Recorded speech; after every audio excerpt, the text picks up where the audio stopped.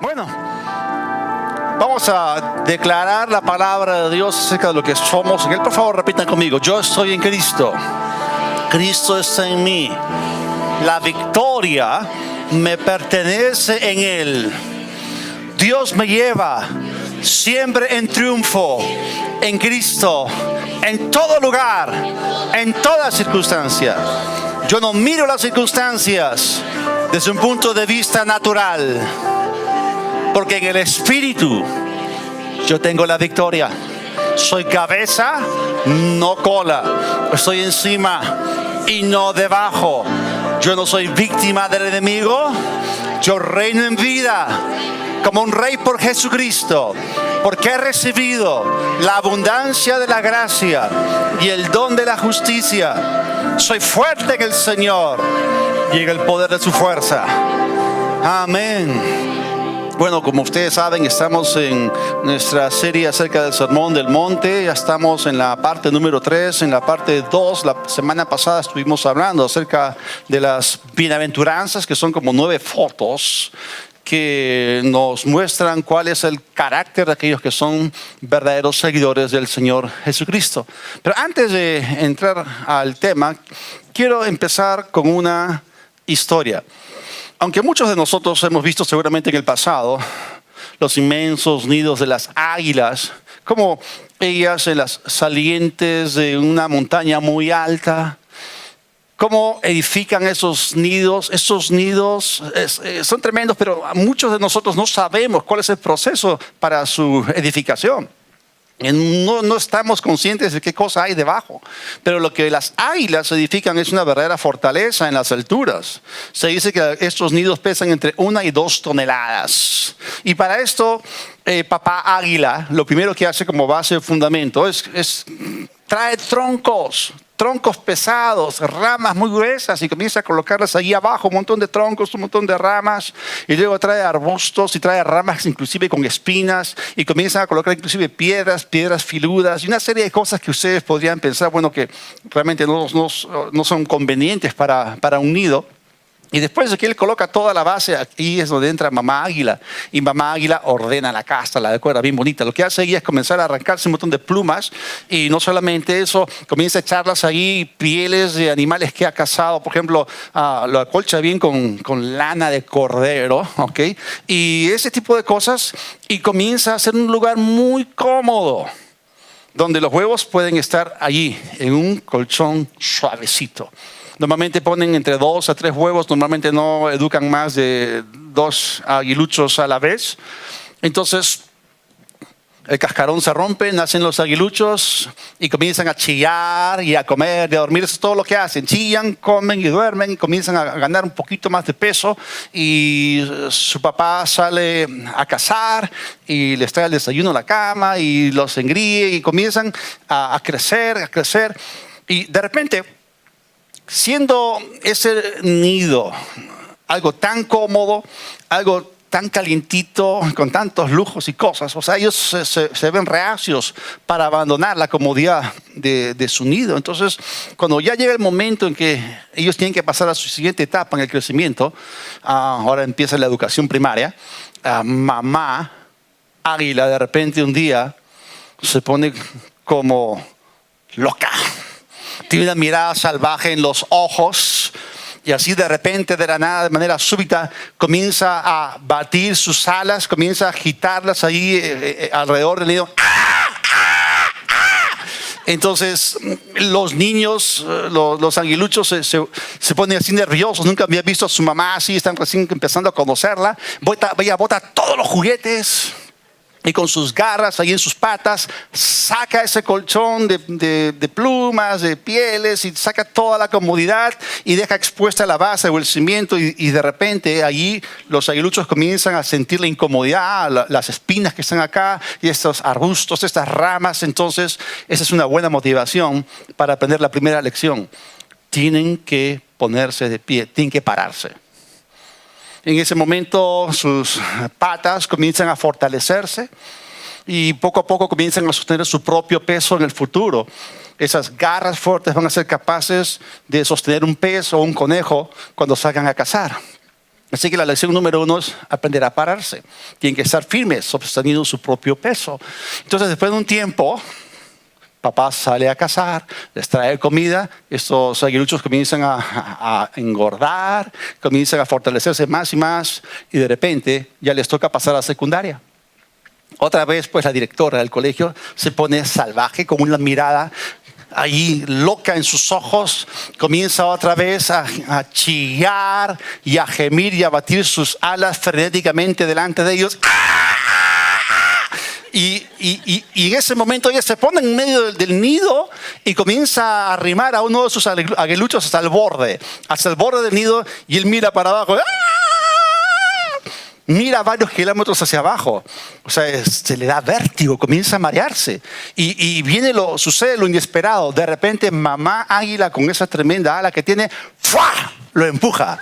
Y de repente hay caída libre. ¡Ah! Caída libre. Y ahora sí estoy convencido de que mi mamá está está loca de remate. Y la sensación de vértigo, la sensación de muerte se vuelve mucho más real. Entonces, en esa caída libre, estamos hablando así de un pequeño aguilucho, de repente el instinto de vida surge y comienza a agitar sus alitas, ¿no? Pero de repente se agota. Y cuando está a punto de estrellarse, ahí aparece este piloto de precisión, papá águila, y lo aguanta, y lo sube otra vez al nido, y lo deja ahí cómodamente en el nido. Está temblando, mamá, otra vez, para abajo. Y eso lo hace varias veces, hasta que finalmente aprenden a volar. Y eso que ocurre en la naturaleza con respecto al águila, eso es importante porque muchas veces la comodidad los hace reacios, como les dije, de salir del nido. Pero ellos, o sea, tú puedes pensar que es lo más cruel que jamás le han hecho, pero es lo más beneficioso, porque los padres están enseñando a los aguiluchos a ser águilas. Entonces ellos son forzados a abandonar toda esa comodidad, todo ese lujo, para que puedan pasar a la siguiente etapa en su desarrollo. O sea, ellos tienen que madurar, ellos tienen que pasar hacia un comportamiento mucho más maduro. Y de la misma forma es en el reino de Dios. En el reino de Dios existe un proceso de desarrollo o de crecimiento espiritual, donde tú y yo tenemos que atravesar una serie de etapas. Es aquí donde nosotros, y eso lo hemos estado viendo anteriormente, pasamos desde el nuevo nacimiento hacia la madurez, porque se supone que tenemos que avanzar. En Cristo no tenemos que retroceder, todo lo contrario, vamos adelante hacia la perfección.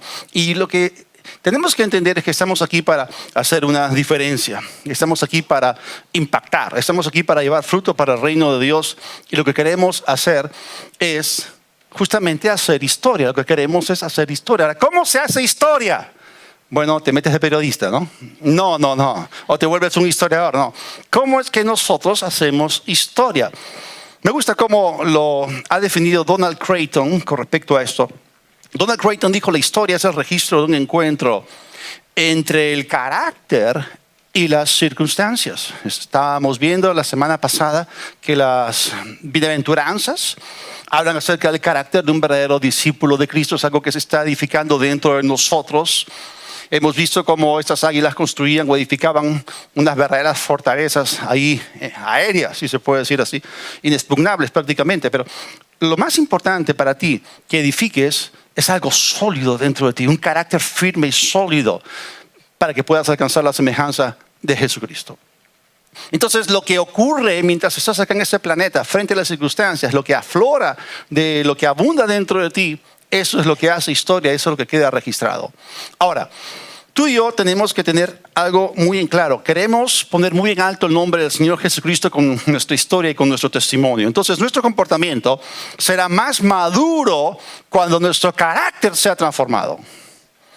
Ahora, la semana pasada estábamos formulando la pregunta acerca de qué cosa es un discípulo, ¿se acuerdan? ¿Y qué es un discípulo? Bueno, esta pregunta la responde justamente el Sermón del Monte. Ahí vemos el perfil de un discípulo que está enfocado en la persona del Señor Jesucristo. Y también la semana pasada vimos en las bienaventuranzas las características del carácter de aquellos que son discípulos del reino. Ahora, recuerden que las bienaventuranzas son solamente la introducción al sermón. Pero antes de entrar en la segunda parte del sermón, con el desarrollo, quiero enfatizar un punto que es sumamente importante, que tiene que ver con el discipulado. Acuérdense que Mateo es el evangelio del discipulado por excelencia. Y en el libro de Mateo, justamente, en los versículos 18 y 19 del capítulo 4, en la Nueva Biblia al Día, leemos lo siguiente: mientras caminaba junto al mar de Galilea, Jesús vio a dos hermanos. Uno era Simón, llamado Pedro, y el otro Andrés. Estaban echando la red al lago, pues eran pescadores. Vengan, síganme, les dijo Jesús, y los haré pescadores de hombres. Ahora, cuando hablamos del discipulado, muchas veces no pensamos en esos términos, pero tenemos que entender la verdadera naturaleza del mismo. El discipulado, ¿qué es en esencia? En primer lugar, es la respuesta al llamado hacia una persona. O sea, Jesús dijo, vengan, síganme. ¿Hacia quién eres llamado en tu discipulado? Eres llamado hacia Él. Entonces el discipulado es un llamado hacia una persona. Lo primero es venir a Jesús. Ahora, ¿cuántos de ustedes saben que en este mismo libro de Mateo, Jesús dijo, vengan a mí todos los que están trabajados y cargados y yo los haré descansar? Jesús dijo, vengan a mí. También hemos leído en el versículo anterior, vengan en pos de mí y los haré pescadores de hombres. Lo segundo es aprender de Él, porque no solamente Jesús dijo, vengan a mí los que están trabajados y cargados y yo los haré descansar. También Él dijo, aprendan de mí que soy manso y humilde de corazón y hallarán descanso para sus almas. Entonces, el apóstol Pablo en el capítulo 4 de Efesios dice, si es que ustedes le han oído, si es que ustedes han sido por Él enseñados conforme a la verdad que está en Jesús. Entonces venimos a Él, somos enseñados por Él, pero luego Jesús también nos dice, sígueme. En el primer capítulo de Juan, Jesús le dijo a Felipe, sígueme. En el último capítulo de Juan, Jesús le dijo a Pedro, sígueme tú. Y el Señor te dice a ti, sígueme, tú. Él te llama a ti también. Y lo último es permanecer en Él. En Juan, en el capítulo 8, Jesús dijo, si ustedes permanecen en mi palabra, serán verdaderamente mis discípulos. En Juan capítulo 15, versículo 7, Jesús dijo, si ustedes permanecen en mí, mis palabras permanecen en ustedes, entonces pidan todo lo que quieran y les será hecho. Ahora, entendamos esto. Él nos llama hacia su persona y hay diferentes roles del Señor Jesucristo con los cuales tenemos que interactuar. En primer lugar, tenemos que entender que venimos a Él, necesitamos venir a Él como Redentor. Necesitamos ser salvos. ¿Se acuerdan ustedes cuál fue el primer mensaje que encontramos en Mateo? ¿Cuál fue el mensaje que predicó Juan el Bautista? ¿Cuál fue el mensaje que Jesús predicó también? El primer mensaje fue el bautismo de arrepentimiento. Ellos predicaron, arrepiéntanse, el reino de los cielos se ha acercado. ¿Se acuerdan? Arrepentimiento y fe en Jesús para ser salvos. Él es nuestro Redentor. Y luego aprendemos de Él como nuestro Maestro. Tenemos que aprender de Él y luego seguirlo a Él como nuestro Señor. No se trata de mi voluntad, se trata de su voluntad. No se trata de mis caminos, se trata de su plan, su intención, su propósito. Se trata de aquello que Él, desde antes de la eternidad, desde antes de la fundación del mundo, predestinó para ti, para mí. Hay algo para ti. Y lo último es que permanezcamos en Él como nuestra vida. ¿Y por qué? Porque Él es la vid, nosotros somos las ramas. Y si nosotros somos desgajados o somos arrancados, entonces somos cortados de la preciosa vid o la preciosa savia de la vid que nos mantiene a nosotros vivos. Estamos injertados en Él, estamos conectados con Él. Entonces el discipulado, antes que nada, es el llamado hacia una persona, hacia la persona del Señor Jesucristo. Pero en el proceso del discipulado, no solamente hay un llamado hacia Él, que es Cristo, también el discipulado es hacia un propósito concreto. Ahora, si es que nosotros queremos entender esto, tenemos que averiguar qué significa la palabra discípulo. La palabra discípulo viene del griego matetes, que significa aprendiz. Entonces un discípulo es alguien que continuamente está aprendiendo. ¿Se acuerdan? No solamente viene a Jesús para ser salvo después del arrepentimiento y la fe en Él. También Él comienza a descubrir la verdad. Comienza a aprender de Él. Jesús dijo, aprendan de mí. ¿Cuántos están aprendiendo del Señor? Entonces es un aprendiz. Pero hay muchas cosas que podemos aprender. Hay algunas personas que piensan, bueno, que un cristiano o un discípulo del Señor es alguien que aprende solamente doctrina. Y la doctrina es importante. Las epístolas nos dicen que Dios nos quiere a nosotros sanos en la fe. La Biblia habla de vientos de doctrina. El ser desbalanceado doctrinalmente no te va a ayudar en lo absoluto. Tú tienes que tener una fuerte base doctrinal. Tienes que, así como los aguiluchos, tienes que aprender en primer lugar a pararte firme en la palabra. Vivir por la palabra, no solo de pan vivir al hombre, sino de toda palabra que sale de la boca de Dios. Tienes que estar bien ubicado en la sana doctrina, tienes que conocerla, tienes que nutrirte de ella, conocer los diferentes aspectos de la palabra de Dios. Pero luego, una vez que aprendes a pararte, aprendes a volar. Tienes que seguir en tu proceso de desarrollo. Entonces, un discípulo es un aprendiz que no solamente se sienta para experimentar lo que es una transferencia de información. Oh, sí, yo como maestro bíblico podría darles un montón de información, pero no se trata tanto de información, sino de formación. Es muy importante. Entonces, el discipulado no solamente es un llamado hacia una persona, también es un llamado hacia un propósito. Por favor, repitan conmigo, propósito. Ahora, en el libro de Marcos, el capítulo 3, los versículos 13 al 15, leemos lo siguiente. Después que Jesús subió al monte, llamó así a los que él quiso y vinieron a él, porque el llamado es hacia él. Y estableció a 12. ¿Para qué? Para que estuviesen con él, eso es importante, y luego para enviarlos a predicar y que tuviesen autoridad para sanar enfermedades y para echar fuera demonios. Entonces, Jesús nos llama primero a venir a él, pero también nos llama hacia un propósito. Entonces, el primer sentido del discipulado es un llamado que tiene un sentido de intimidad, porque en ese sentido de intimidad nosotros pasamos tiempo con él y él nos influencia. Obviamente que el llamado de Dios es soberano, hay un sentido de soberanía en el llamado, él llama a los que él quiere. Pero al mismo tiempo también encontramos un sentido de propósito, un sentido de destino. O sea, él nos llama para. Y esa palabra para se repite varias veces en este pasaje. Porque no somos discípulos flotantes que estamos eternamente sentados aprendiendo y aprendiendo como aguiluchos que están siempre comiendo y engordando, pero no nos paramos en la palabra o no aprendemos a volar. Y el Señor quiere que tú y yo sigamos en las etapas que nos esperan en nuestro proceso de desarrollo. Entonces, hay un propósito para el discipulado. Hay un cuadro de crecimiento que podemos encontrar. Ya saben que Mateo es el libro de discipulado por excelencia. Y podemos encontrar en la palabra nuestro cuadro de crecimiento como discípulos de Cristo. Lo primero, obviamente, es conoce a Dios. Otra vez volvemos a lo básico. Arrepentimiento, fe en Él, vienes a Él como Redentor y tienes una experiencia en la cual conoces a Jesús. Él es tu Salvador, Él es tu Redentor, es el primer encuentro. Pero luego, una vez que tú empiezas a conocer a Dios, comienzas a aprender de Él. Después de la frase, vengan a mí, viene, aprendan de mí. Aprendan de mí como maestro. Comienzas a recibir una megadosis de revelación y la palabra comienza a llegarte a chorros en tu vida y de repente comienzas a descubrir una serie de cosas, conoces la verdad y la verdad te hace libre. Entonces, en esa segunda etapa tú encuentras tu libertad en su verdad. En otras palabras, comienzas a descubrir que Jesús compró la libertad para ti y comienzas a caminar libre, sin ataduras en las diferentes áreas de tu vida.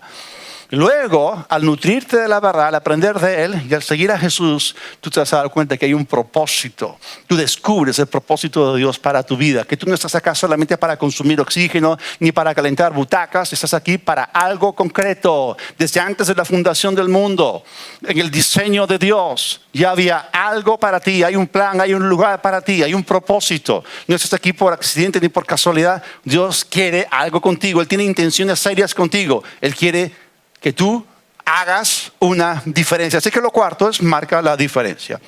Entonces, ¿hacia dónde apunta tu discipulado? O sea, ¿hacia qué apunta el discipulado? ¿Con qué propósito? Y eso es lo que vamos a descubrir en la segunda parte del Sermón del Monte, donde trata de asuntos que tienen que ver con el propósito para nuestras vidas. Así que vamos a retomar donde nos quedamos la semana pasada. La semana pasada avanzamos hasta Mateo 5:12. Hoy día nos conectamos con Mateo 5:13. Vamos a saltar hasta el versículo 16. Esos versículos de la Nueva Biblia al día. Y Jesús se dirige a nosotros como discípulos o seguidores suyos y en nuestra cara nos dice: ustedes son la sal de la tierra. Pero si la sal se vuelve insípida, ¿cómo recuperará o recobrará su sabor? Ya no sirve para nada. O sea, su propósito es nulo, sino para que la gente la deseche y la pisotee. Luego Jesús toma un paso adicional y dice: ustedes son la luz del mundo. Una ciudad en lo alto de una colina no se puede esconder, no puede esconderse. Versículo 15 dice: enciende una lámpara para cubrirla con un cajón. Por el contrario, se pone en la repisa para que alumbre a todos los que están en la casa. Hagan brillar su luz delante de todos para que ellos puedan ver las buenas obras de ustedes y alaben al Padre que está en el cielo. Entonces Jesús se dirige a sus discípulos y Él les suelta aquí un par de metáforas y cosas que eran conocidas por ellos y por nosotros, por supuesto, con las cuales establecer una correspondencia para que ellos puedan descubrir su identidad como discípulos o seguidores de Él. Y esto que nosotros estábamos leyendo tiene que ver con sal y luz. Por favor, repitan conmigo: sal y luz. Y esto en relación con la tierra, esto en relación con el mundo, la sal de la tierra, la luz del mundo. Ahora, esas son dos metáforas que el Señor utilizó para que a través de estas ilustraciones proyectar conceptos concretos que tienen que ver con nuestra influencia en el mundo. Es decir, hay una razón por la cual después de que venimos a Cristo y somos salvos, hay una razón por la cual el Señor no nos arrebata al cielo. O sea, hay gente que está bajo presión y su oración es: Señor, arrebátame. No aguanto. O sea, no vas a ser arrebatado hasta que cumplas con el propósito de Dios para tu vida. Y crece, primero aprende a volar, no te pongas a chillar ahí en el nido. O sea, Dios te ha dejado acá con un propósito. Y eso de sal y luz, en esos versículos describe el efecto que los discípulos de Cristo tenemos en el mundo durante la era de la iglesia, es decir, antes que Jesús establezca su reino físico acá en el planeta. Esas dos metáforas, la metáfora de la sal y la metáfora de la luz, nos enseñan aquello que hemos visto en Mateo. ¿Se acuerdan en las bienaventuranzas la semana anterior? ¿Se acuerdan? Bienaventurados cuando los persigan, los vituperen, los injurien por causa de mi nombre, mintiendo, digan toda clase de mal. O sea, lo que está diciendo acá es de que la gente perseguida, injuriada, la gente que es calumniada, o sea, la iglesia, la gente, porque somos pacificadores, ¿no? Cuando comienzan a atacar y a rechazar a los pacificadores y comienzan a decir de nosotros toda cosa mala, mintiendo, lo que Jesús está diciendo: esas personas son la influencia más positiva en este mundo. O sea, tú y yo se supone que somos la influencia más positiva en todo el planeta.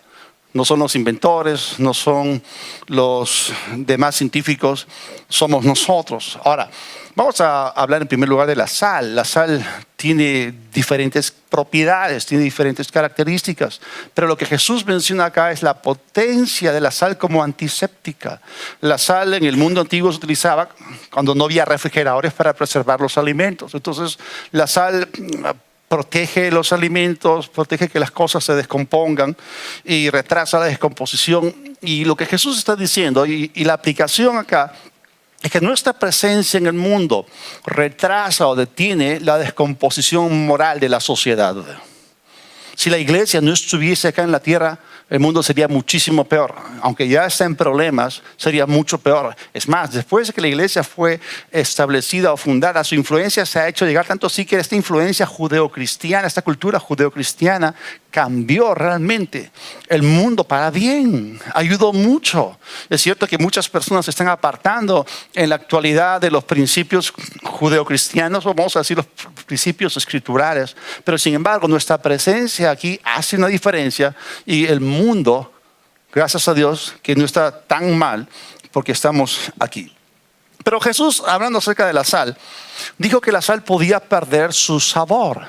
En otras palabras, ¿qué pasa contigo como creyente, como discípulo de Él? ¿Qué pasa si tú como creyente, como sal, dejas de tener comunión con Dios? O sea, te vuelves insípido, pierdes ese poder para no solamente sazonar, pierdes tu poder para evitar la descomposición moral de aquello que te rodea y finalmente te vuelves inútil en tu propósito. O sea, hay que entender, la sal tiene varias propiedades, pero puede perder fuerza si es que te desconectas de aquel que es la fuente de todo, que es el Señor Jesucristo. Porque nuestra sal proviene de nuestra unión vital con Él. Entonces, La sal tiene que estar conectada con la fuente, es decir, Jesús. Ahora, si tú te desconectas del Señor y pierdes comunión con Él, en vez de ser un agente de cambio, vas a terminar deshonrando el nombre del Señor con tu mal testimonio. Y eso no es bueno. Entendamos una propiedad o la razón de existencia de la sal. La sal no vive ni existe para sí misma. La sal existe para influenciar todo aquello con lo cual entra en contacto. Por ejemplo, una práctica común en mi persona es que me gusta comprar palta fuerte madura. Esa paltita que ya está suavecita, está en su punto. Entonces agarras el cuchillo, la partes, la abres. Y a mí no me gusta tener que agarrar el cuchillo para pelarla. ¿A cuántos les gusta pelar la palta que sale la cáscara sale enterita, así suavecito? ¿Ok? Entonces la colocas encima de un plato, le echas un poquito de sal y agarras un tenedor y comienzas a chancar hasta que se hace así tipo guacamole, ¿no? No le he puesto tomate, pero... Y luego agarras una tajada, 2 tajadas de pan integral de molde y luego la untas. Así. ¡Qué rico! ¿Sabes? Qué feo es comer comida baja de sal, ¿no? O sea, comida insípida, ¿no? Entonces, entendamos que la sal no existe para sí misma, sino para entrar en contacto con los alimentos, para preservarlos, para sazonarlos. Y de la misma forma, tu vida no te pertenece. Tú no vives para ti mismo. El apóstol Pablo decía que yo no hago caso de nada, ni estimo mi vida preciosa para mí mismo, con tal de que yo pueda acabar con el ministerio que el Señor me encomendó y dar testimonio del evangelio de la gracia. O sea, no te perteneces, tú no vives para ti mismo, tú vives para funcionar como sal, entrando en contacto con otras personas para poder influenciarlas piadosamente, influenciarlas positivamente. Ahora, existe el peligro de que tú puedas perder tu sal al perder tu comunión con el Señor. Y tú puedes volverte como algo insípido, sin fuerza para preservar ni influenciar. Y Jesús lo dijo ahí en Marcos 9:50. Dijo, buena es la sal, por supuesto, por sus propiedades. Pero si la sal se vuelve insípida, ¿con qué la sazonarán? Tengan sal en ustedes mismos y tengan paz los unos con los otros. Entonces la sal, el contexto nos indica, está puesto dentro de un contexto relacional. O sea, la sal es algo, metafóricamente hablando, que tiene propiedades relacionales. Entonces, tú y tus relaciones, o sea, tú puedes influenciar a la gente con esa sal que está dentro de ti. Es interesante que así como un salero no puede salar si está vacío, de la misma manera tú no puedes sazonar ni preservar la tierra que te rodea a menos que tengas sal en ti. Por favor, repiten conmigo, sal y luz.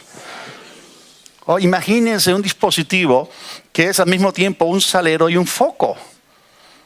Repiten conmigo, yo soy un foco salero. Bueno, ustedes saben que eso es una metáfora, pero entiendan sus funciones. Ahora, Jesús no solamente dijo que nosotros somos la sal de la tierra, Él también dijo que somos la luz del mundo. Ahora, ¿cómo se ve esto? ¿Cómo entendemos esto? Recordemos que estamos viviendo en un mundo donde hay un sistema social mundial establecido de tinieblas, establecido por Satanás, sustentado, propulsado por el mismo diablo. Y es allí en ese mundo de maldad, en ese mundo de oscuridad, que tú y yo somos luz. Y Dios nos ha plantado aquí en la tierra como discípulos suyos para alumbrar. ¿Cuántos saben que en un ambiente, en un recinto oscuro, ustedes apenas encienden un foco, las tinieblas huyen? Un foco encendido hace una diferencia en un lugar oscuro.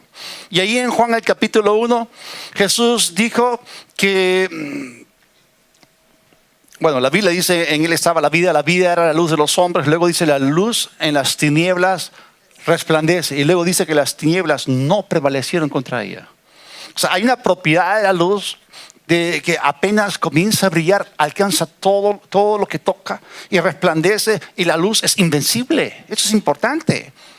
¿Qué cosa es tinieblas? ¿Cómo definimos tinieblas? La ausencia de luz, ¿correcto? Las tinieblas son la ausencia de luz, así como el frío es ausencia de calor. Ok, pero así como las tinieblas son la ausencia de luz, vamos a decir algo. Por favor, repiten conmigo. La presencia siempre vence a la ausencia. O sea, un partido de fútbol ya está programado, el lugar del partido está allí, el estadio tal, a esta hora, 3:30 de la tarde, 2 equipos se van a enfrentar, pero uno llega y el otro no llega.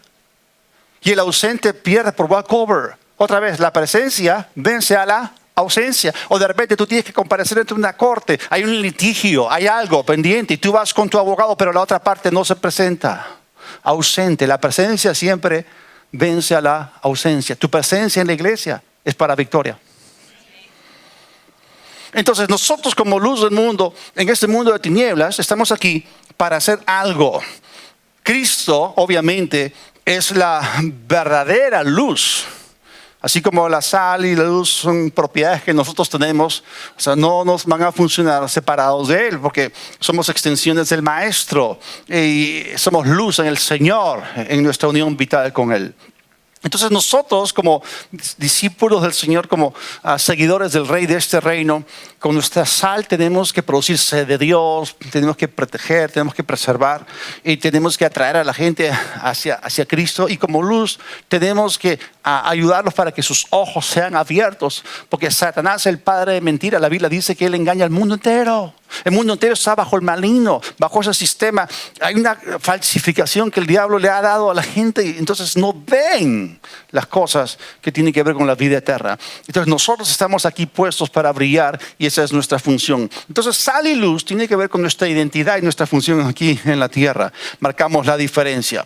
Ahora, cuando hablamos de la sal y de la luz, estamos hablando acerca de hacer contacto. Por favor, repitan conmigo, contacto.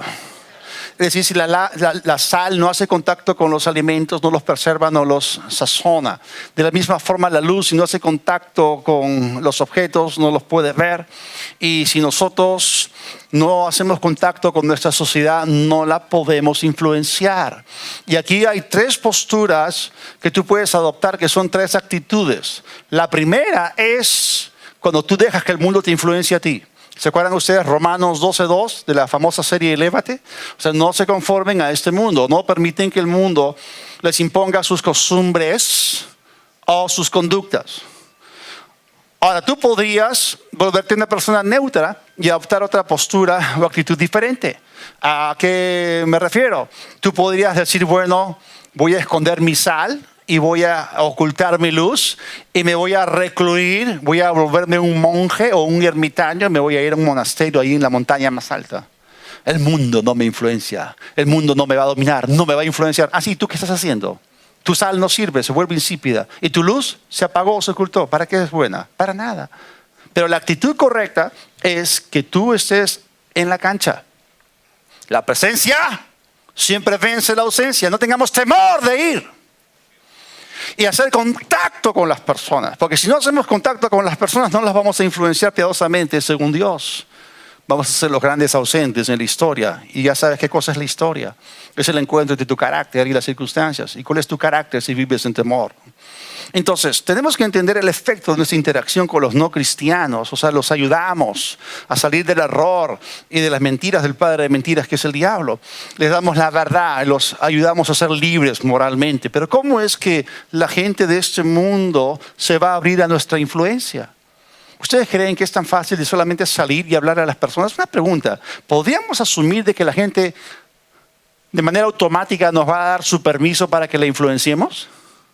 O sea, la gente es muy reservada, la gente levanta sus barreras, sus defensas, y frente a los desconocidos. Y si ellos no perciben que tú tienes buenas intenciones, peor todavía, si ellos no ven en ti un carácter firme, entonces no se van a abrir a lo que tú tengas que decirles.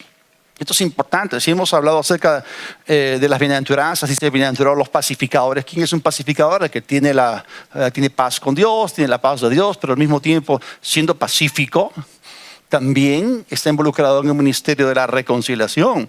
Pero un discípulo de Cristo, para pescar a hombres, tiene que hacer algo más que solamente salir y predicarles el evangelio, porque hay mucha gente que no quiere oír. O sea, tienen tanto dolor que no quieren escuchar lo que tú tienes que decirles. Entonces, para pescarlos hay que utilizar la carnada correcta. Y sobre todo en esta época que la gente normalmente no quiere escuchar acerca de la Biblia. Entonces, ¿qué es lo que marca la diferencia? Son nuestras acciones de amor. nuestras acciones de bondad. Mateo 5:16. ¿Cuál es el canal o cuál es el punto de contacto para que la sal influencie, para que la luz influencie? Jesús dijo, así alumbre su luz delante de los hombres para que vean sus buenas prédicas, buenas enseñanzas, no, sus buenas obras, y glorifiquen a su Padre que está en los cielos. Así que aquí está hablando de algo que es diferente, es como el catalizador. O sea, tú y yo tenemos que hacerles a ellos el bien de manera intencional. Así se van a abrir lo que lo que tenemos que decirles. Y obviamente también otra cosa que tenemos que buscar cuando nosotros brillamos o salamos es la gloria de Dios. Y cuando nosotros amamos a las personas y las atraemos al Señor, y esas personas pasan a ser discípulas del Señor, entonces Dios es glorificado. De eso se trata. Se conectan con Dios por medio de Jesucristo. Entonces, lo que muchas personas no entienden es que esas acciones de amor son los que van a causar que la gente se abra a nosotros. Ahora, Jesús dijo en los evangelios, en Juan el capítulo 13, Jesús dijo, en esto el mundo conocerá que son mis discípulos si se aman unos a otros. O sea, el amor tiene que estar presente primero en casa. Eso es en la iglesia local. Pero luego también en Mateo 5, al final del capítulo, Jesús dijo, amen a sus enemigos. Entonces, estas acciones de amor, esos actos de bondad son los que van a causar que la gente se abra, porque nosotros no tenemos una doble agenda, no tenemos nada debajo de la manga, lo hacemos sin buscar nada a cambio, o sea, sobre todo a gente que no nos puede devolver. Ahora, la semana pasada estábamos hablando acerca de cómo las buenas obras son parte de la vida de un discípulo de Cristo de inicio a fin. ¿Se acuerdan? Empezábamos con el arrepentimiento, luego el proceso de desarrollo y luego terminábamos hablando acerca de dar buenos frutos. Y es aquí donde entra este asunto de los buenos frutos. O sea, ¿cómo es que uno lleva fruto para el reino? Eso lo explican las epístolas o cartas del Nuevo Testamento. Ahí en Colosenses, el capítulo 1, el apóstol Pablo oraba por los creyentes en esa iglesia.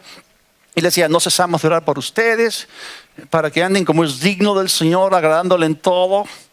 Y luego dice, llevando fruto, ¿cómo? En toda buena obra.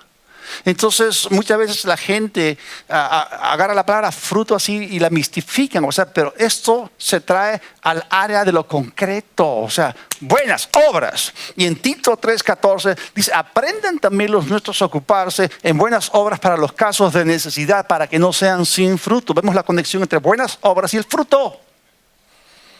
Y por eso en Hebreos, el capítulo 10, cuando la Biblia dice que no dejemos de congregarnos, dice que nos estimulemos, nos motivemos unos a otros al amor y a las buenas obras. Por favor, repiten conmigo, buenas obras.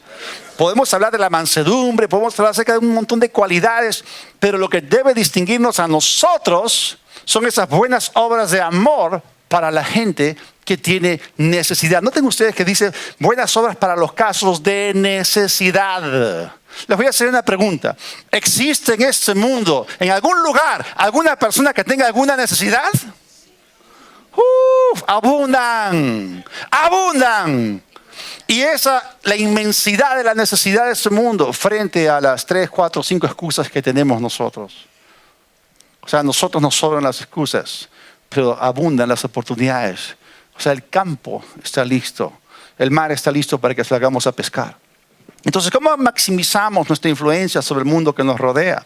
En primer lugar, conectados con aquel que es la fuente, con el rey del reino, que es la fuente de todos los recursos. Porque antes de que tú seas de buena influencia, tienes que ser bien influenciado en primer lugar, una influencia piadosa.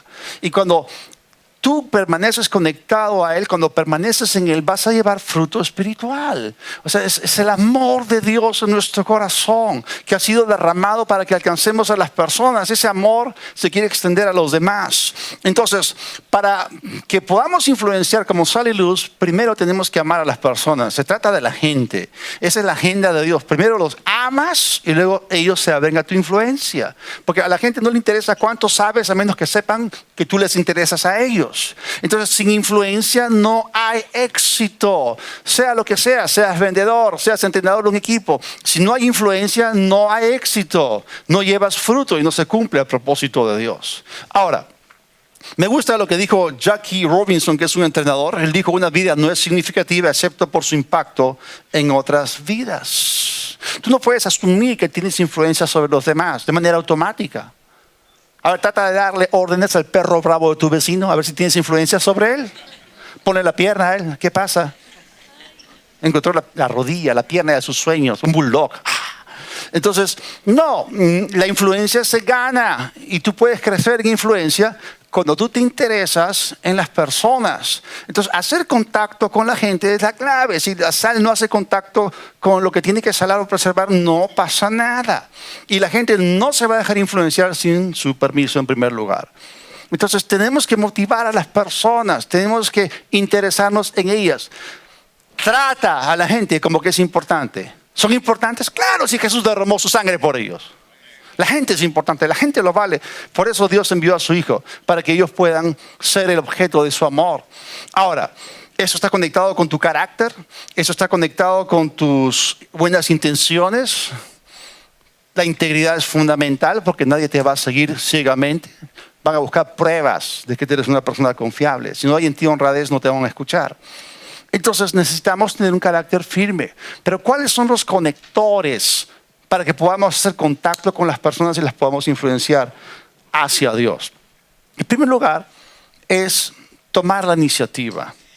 Es que nosotros que sabemos que tenemos el amor de Dios, nosotros podemos orar para que Dios nos dé sabiduría para tomar acciones que puedan suplir una necesidad.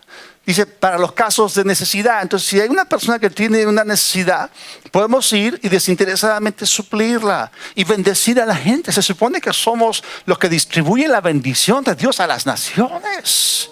Entonces, si tú estás en Cristo, tú tienes con qué ayudar a las personas. Si tú estás en Cristo, tienes aquello que puede ayudar a las personas. Tú puedes asegurar a las personas, puedes afirmarlas, puedes darles ánimo, aprecio, puedes creer en la gente. Hay mucha gente que ha perdido toda esperanza, no creen en sí mismos, no ven un futuro. Y tú puedes aparecerte y levantarles el ánimo. En el Antiguo Testamento leemos la historia de Gedeón, que llegó a ser uno de los jueces en Israel, en un tiempo en que los madianitas estaban esclavizando, oprimiendo a los de Israel. Y él, por temor, estaba tratando de esconder la comida para que no se la vayan a quitar. Y de repente, y él ni siquiera creía en sí mismo, de repente un ángel de Dios se le aparece y le dice: varón esforzado y valiente. ¿Yo? Sí, tú. O sea, Dios creyó en él. Y finalmente, lo siguiente, él se abrió la influencia. Fue influenciado y fue movilizado. Hizo contacto. Y finalmente, él llegó a ser uno de los libertadores y le dio a Israel una de las victorias más célebres de toda su historia. ¡Wow! La gente está esperándote. Tú y yo somos sal y luz. Pero a veces estamos pensando en nuestros propios asuntos, no en los intereses del reino. Tú tienes que entender a la gente. Ponte sus zapatos. Nada produce más satisfacción que ayudar a los demás. Y hay un proverbio chino que dice lo siguiente: si quieres felicidad por una hora, tómate una siesta. Si quieres felicidad por un día, vete a pescar. Si quieres felicidad por un mes, cásate. Si quieres felicidad por un año, hereda una fortuna. Si quieres felicidad para toda la vida, ayuda a los demás. Tú y yo somos sal y luz. Hay tanta gente a nuestro alrededor. O sea, no desvirtuemos aquello para lo cual fuimos plantados en este planeta. La razón por la cual estás aquí es para ser sal y luz. Y el Señor hoy día trata contigo directamente. ¿Conoces personas en tu centro de estudio, centro de trabajo, de tu entorno familiar, que tienen necesidades? Gente que no conoce al Señor. ¿Por qué no tomas un paso, caminas la milla extra? ¿Y por qué no practicas actos de bondad? Y cuando ellos vean la consistencia y la genuinidad de tu amor, luego se van a abrir para escuchar lo que tienes que decirles. Hay un mundo que no conoce el amor de Dios. Nosotros lo conocemos, nosotros lo tenemos. Pero no se trata de vivir en cuatro paredes. Para ser discípulos a todo el mundo, tenemos que hacer contacto con el mundo, influenciarlos. Y el amor, esas acciones son la muestra de que Dios los ama a ellos. Y el amor de Dios es irresistible. Ahí donde están, Cierren sus ojos, meditemos un poco. Señor, te damos gracias por la buena obra que empezaste en nosotros. Nos has dado tanto. Y Señor, no fuimos salvos solamente para pensar, bueno, me voy al cielo y se acabó. Pero mientras tanto, como alguien dijo, en este tiempo, en la era de la iglesia, tú nos has comisionado. Hay un mundo que reconciliar, hay una palabra que predicar y hay un ministerio que cumplir. Es el ministerio de la reconciliación. Y Señor, nos presentamos delante de ti. Repiten conmigo: Señor, estoy dispuesto. Úsame a mí. Y a veces queremos que un ángel se nos aparezca, pero ahí cruzando la calle hay necesidad. Una palabra de aliento. Alguien en el supermercado, en el grifo, donde sea. Una palabra de aliento. Una palabra de ánimo, de reconocimiento. Creer en la persona. Puedes hacer su día, puedes hacer su vida y lo conectas con el Señor. Si estás acá esta tarde y aún no has recibido a Cristo en tu corazón, quiero pedirte que vengas a Él como tu Redentor. Repitan conmigo esa oración: Dios del cielo, te necesito. Jesús, vengo a ti para vida eterna. Perdona mis pecados. Pongo mi fe en ti. Te confieso como mi Señor. Creo que Dios te resucitó. Recibo perdón y la vida eterna en tu nombre. Amén.